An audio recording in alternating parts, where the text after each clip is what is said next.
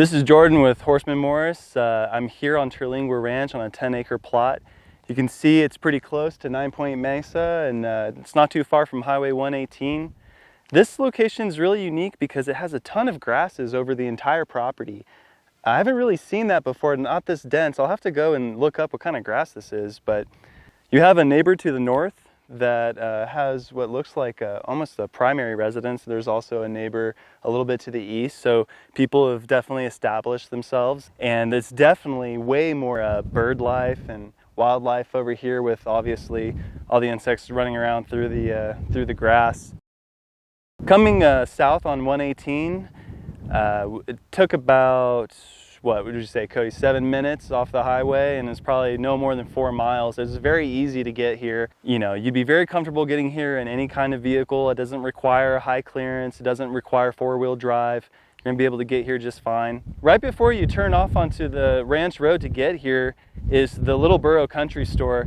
It's great convenience to be able to be within 10 minutes of a store for beer, ice, drinks, amenities. If you forget your toothbrush and toothpaste, you're not going to be completely out of luck and have to drive all the way back to Alpine. They also have free Wi-Fi there if you need to check in home and you don't have good service over here, although I've been getting spotty service coming in and out from T-Mobile. This property is on Terlingua Ranch, which means they're going to be able to maintain the roads and access to your property. They also have a ranch headquarters with a swimming pool, Wi-Fi. There's the Bad Rabbit Cafe. They make a great burger if you want to have lunch over there. They also have some cabins that you can rent if people are visiting you and they don't want to camp out or rough it. They can get a cabin at the lodge and drive up here in no time. Even though you do have a couple neighbors nearby, it's a pretty empty part of the ranch, which is great because some of the parts of the ranch here, obviously I wouldn't call anything out here on Terlingua Ranch crowded, but there's definitely a lot of neighbors nearby. Whereas here, you know, you have great views of all the mesas. You have Red Bluff right to the east. Obviously I have a great view of 9 Point Mesa. You know, being out here at night, it's one of the darkest skies in the United States. So you can see stars like you've never seen before in your life. You know, often when we're talking about properties here on Terlingua Ranch, we're talking about a great place to maybe do some firearm shooting shotguns, doing, you know, four-wheeling and kind of more recreation, camping, RV.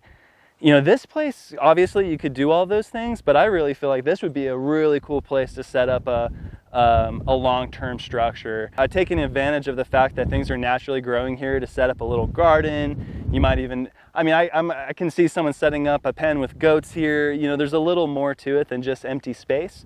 There aren't any power poles on the property, and we didn't see any coming in to the neighbors. They obviously have some solar set up, and that's what I would suggest for somebody who wanted to either set up a more permanent structure or even do a short-term rental concept here. That could be really cool to have the solar set up and get electricity, get some AC that way. But power poles are probably not going to be a practical option if that's important to you. This one's probably not going to work out since they're not existing and there are multiple properties you'd have to come through to set that up. Definitely would want to go the solar route. Yeah, this would be a really great spot if you wanted to set up a couple trailers or campers or even campsites for short-term rentals. It'd be great because they would be able to have some privacy with as much foliage as is out here. When you're sitting down, you could have multiple different camping locations and you wouldn't be able to see the other campers when you're sitting in your chairs with the scrub brush. You want to be, you know, help dull the noise.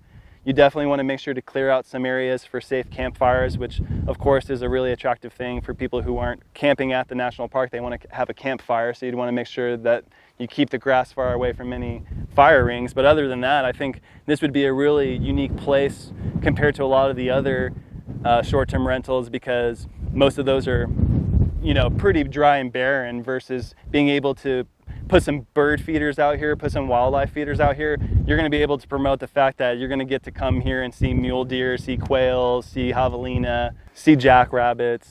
So it takes about 7 to 10 minutes to get back to the highway, and from there it's probably about 20 minutes to get to the park entrance at Big Bend National Park. Obviously, it's one of the most beautiful places in Texas, and to have, you know, that kind of convenient access is really great. A lot of places on the ranch may seem closer to the park entrance because they're further south but they take so long to get to.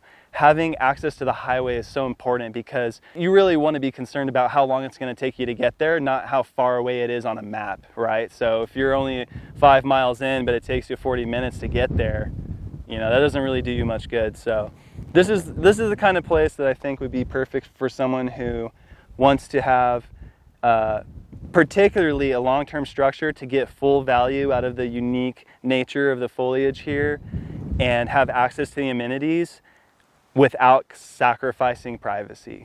And I think that's what makes this place really special. If you have any questions I haven't already answered, feel free to reach out in the comments below, email us at hello@hmranchlands.com, or you can visit hmranchlands.com and fill out the query form there and send us an email that way, and we'll get back to you right away and be happy to answer any questions you have about the property.